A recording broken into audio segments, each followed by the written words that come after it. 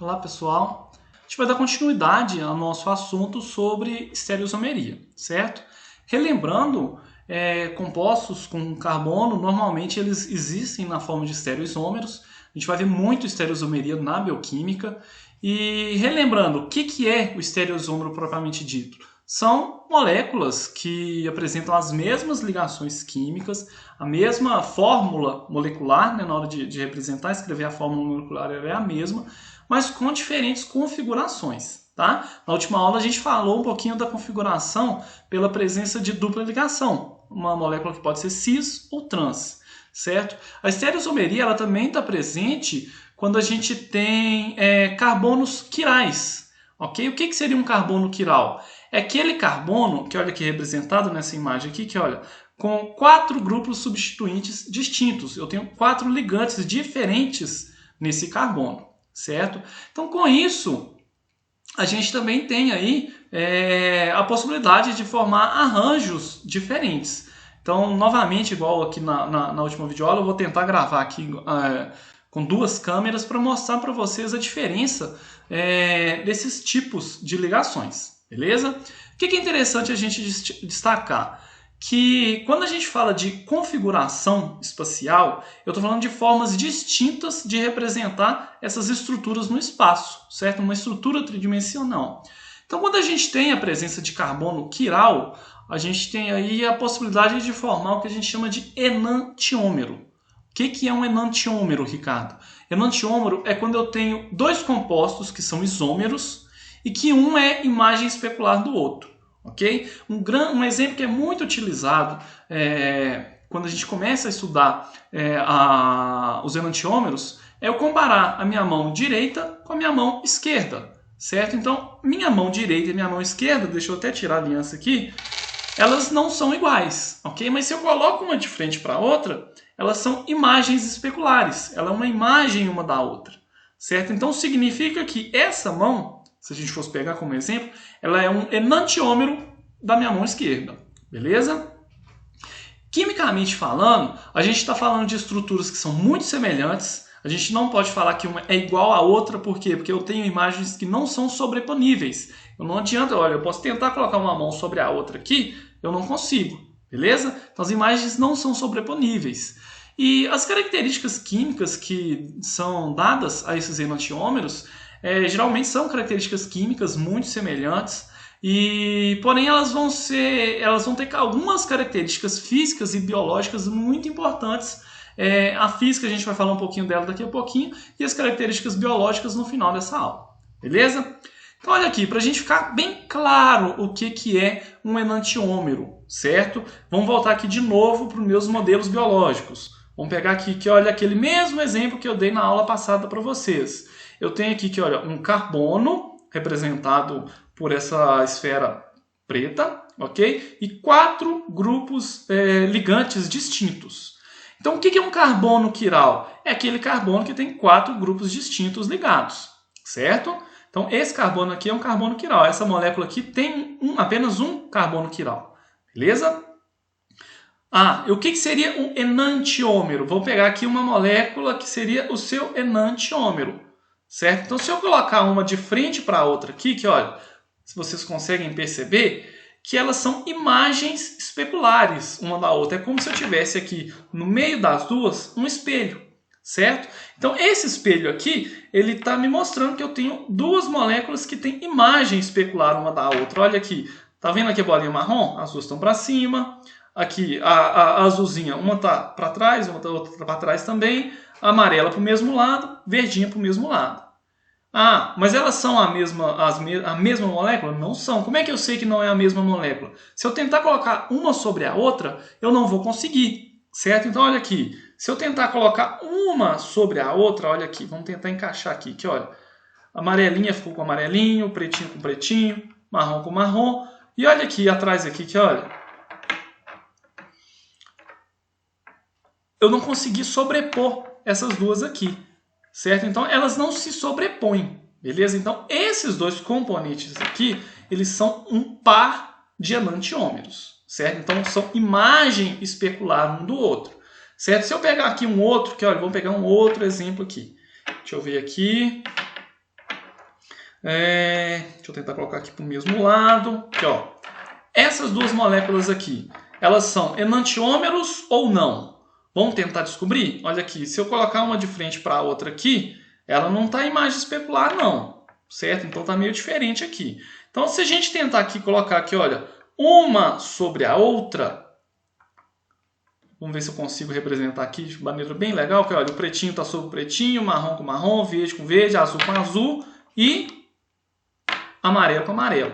Então, uma sobrepõe a outra. Aqui eu não consigo ocupar dois espaços, dois corpos não ocupam o mesmo espaço, né? Mas elas seriam sobreponíveis, elas são idênticas. Então aqui eu tenho moléculas que são idênticas, são a mesma molécula. Diferente daquilo que eu acabei de apresentar para vocês, onde uma ela é imagem especular da outra. Ok? Então olha aqui, essa daqui, voltando novamente, eu tive 3 moléculas aqui. Essas duas aqui são imagens especulares, beleza? Uma é imagem especular da outra. São moléculas diferentes, certo? Eu só consigo transformar uma em outra se eu quebrar uma ligação aqui, que olha, colocar uma e trocar de lugar com a outra, certo? Ou seja, são substâncias diferentes. Elas têm características químicas muito... Vamos guardar aqui nosso modelozinho, certo? E vamos relembrar aqui o seguinte, elas têm características químicas muito semelhantes, ponto de fusão, ponto de ebulição, não muda muito, certo? O que vai diferenciar um do outro?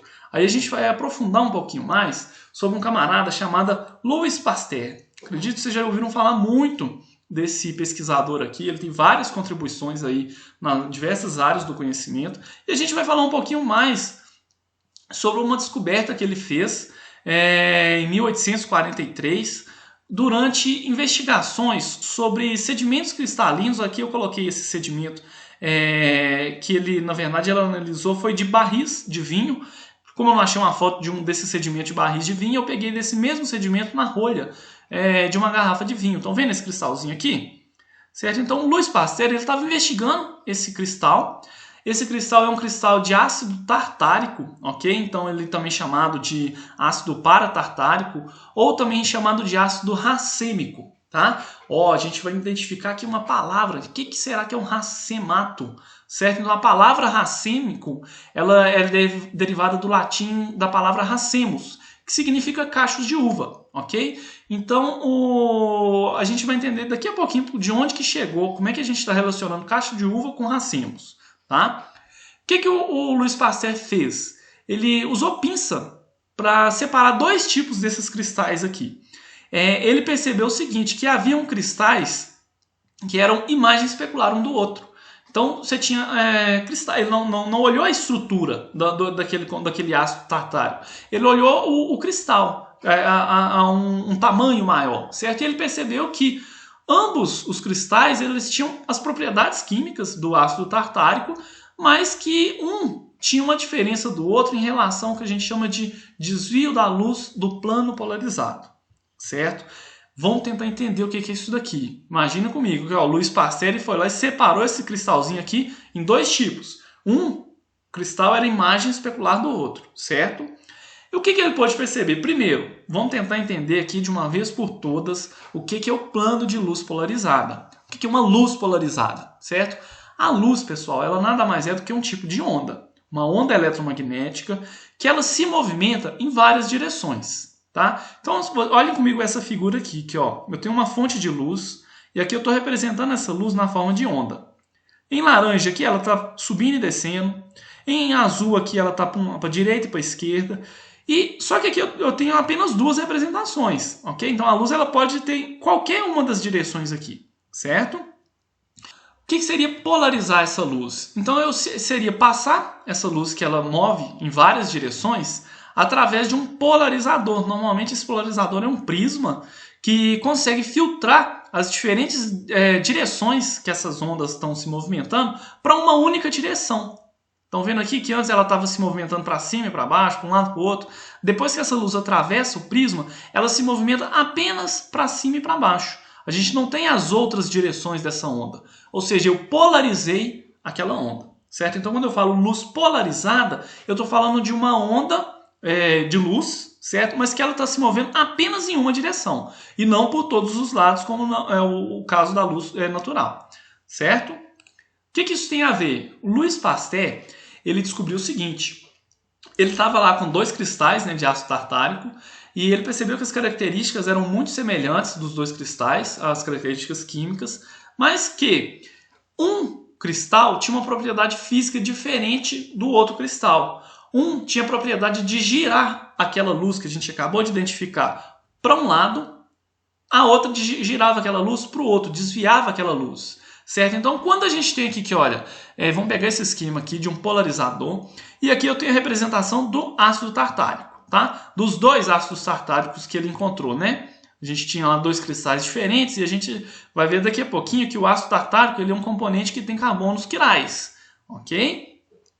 Então ele percebeu o seguinte, que olha, novamente aquele mesmo esquema que eu passei para vocês aqui anterior, que olha, uma fonte de luz, um polarizador e a luz polarizada. Aqui é a mesma coisa, que olha, eu tenho a fonte de luz aqui, eu tenho aqui a luz natural se movimentando em várias direções, aqui cada setinha dessa aqui com 2 pontas é uma das direções que a luz está se movimentando.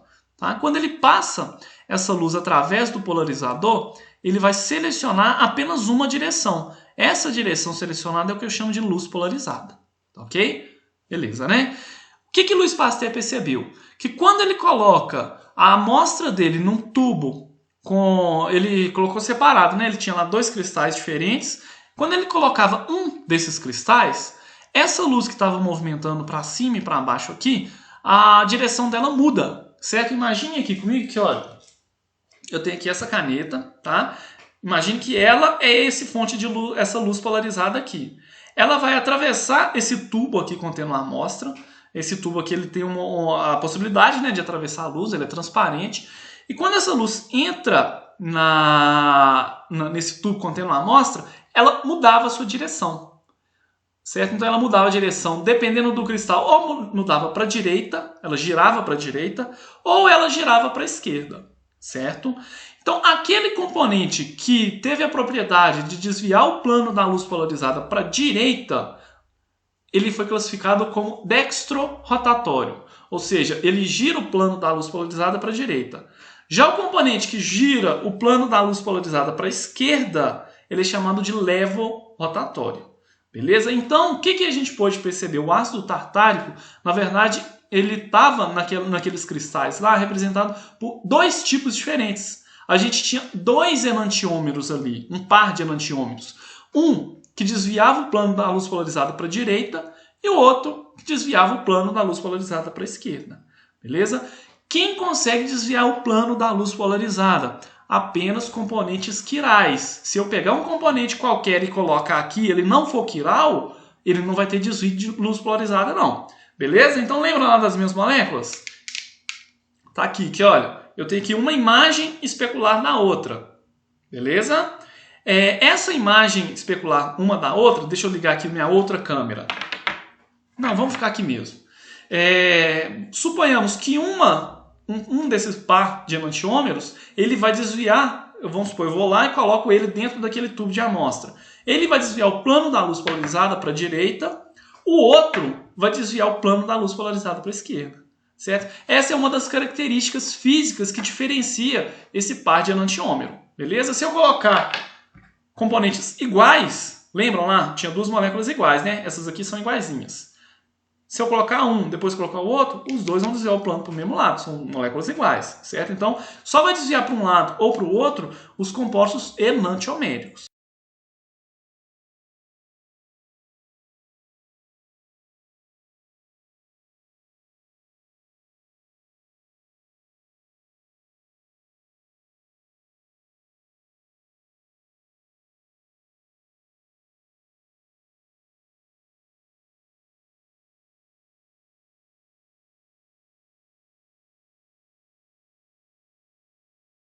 Ficou claro, pessoal?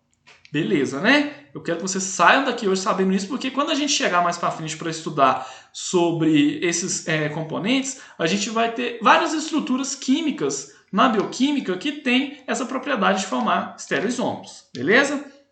Certo? A gente pode ter componentes químicos que tenham mais de um carbono quiral. E lembrando sempre que, independente do número de carbonos quirais, os enantiômeros, eles são sempre formados por dois compostos, certo? Eles sempre vão ser par. Não existe 3 imagens especulares, não, certo? Sempre eu vou ter uma imagem especular de outro componente, sempre de 2 em 2, certo? Mas, vamos supor que eu tenho aqui, nesse exemplo aqui, que olha, nesse slide, 2 carbonos quirais, certo? Então, esse componente aqui que tem 2 carbonos quirais, ele tem a possibilidade de formar 4 estruturas distintas, certo? Sendo que eu vou ter 2 pares de enantiômeros. Esses 2 primeiros aqui, que olha, são imagens especular um do outro. Vamos tentar perceber isso aqui, que olha, tá vendo o X e o Y? Então, nessa figura aqui estão para a esquerda, aqui estão para a direita. Então, esses 2 são enantiômeros. Do lado de cá, que olha, essas outras 2 figuras esquemáticas aqui. X está para o lado esquerdo e Y está para o lado direito. Na sua imagem especular, o X está para o lado direito e o Y está para o lado esquerdo. Então, esses 2 aqui são pares de enantiômeros. Todos eles são chamados de estereoisômeros. Ah, e esse daqui, Ricardo? Esse segundo e esse terceiro aqui, eles são enantiômeros? Não, eles não são enantiômeros. Eles são classificados como diastereoisômeros. Eles não são imagem especular um do outro. Beleza? O que é imagem especular um do outro a gente chama de enantiômero. O que não é imagem especular um do outro a gente chama de diastereoisômero. A gente vai ver muito disso, por exemplo, na nossa próxima aula, quando a gente for falar de carboidrato. Ok? A gente tem carboidrato glicose D, glicose L. Dextrorotatório, levorotatório. Beleza? Ficou claro? Bem, pessoal, além da glicose, a gente tem aí vários outros componentes que são formados, tem essa característica, né, de ter carbonos quirais.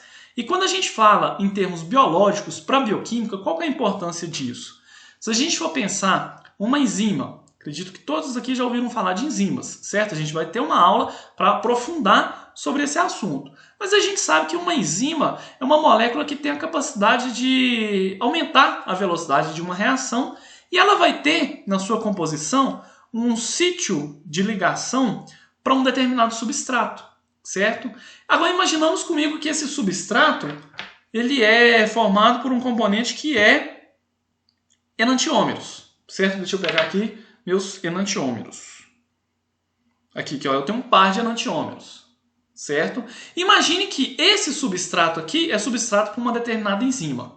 Se eu colocar um enantiômero no lugar, pode ser que a enzima não seja tão específica para ele, ok? Então, a gente tem aqui uma especificidade conformacional para as enzimas. E quando a gente fala de enzima, pessoal, a gente está falando muito de bioquímica, certo? Então, a conformação ela é de máxima importância para as interações biológicas. Então, não só para enzimas, eu posso também estar falando de hormônios, anticorpos. Então, várias situações no nosso organismo dependem de uma configuração estereoquimicamente correta, beleza? Outro exemplo clássico de influência na estereoisomeria de 2 compostos no organismo é a talidomida. Eu acredito que alguns de vocês já devem ter ouvido falar desse composto. Ele é um fármaco e ele foi utilizado inicialmente ali para tratamento de enjoos para mulheres grávidas, certo? Só que ao se utilizar a talidomida para esse tratamento de enjoo, perceberam-se que as crianças que nasceram feto ali nasciam com deformação.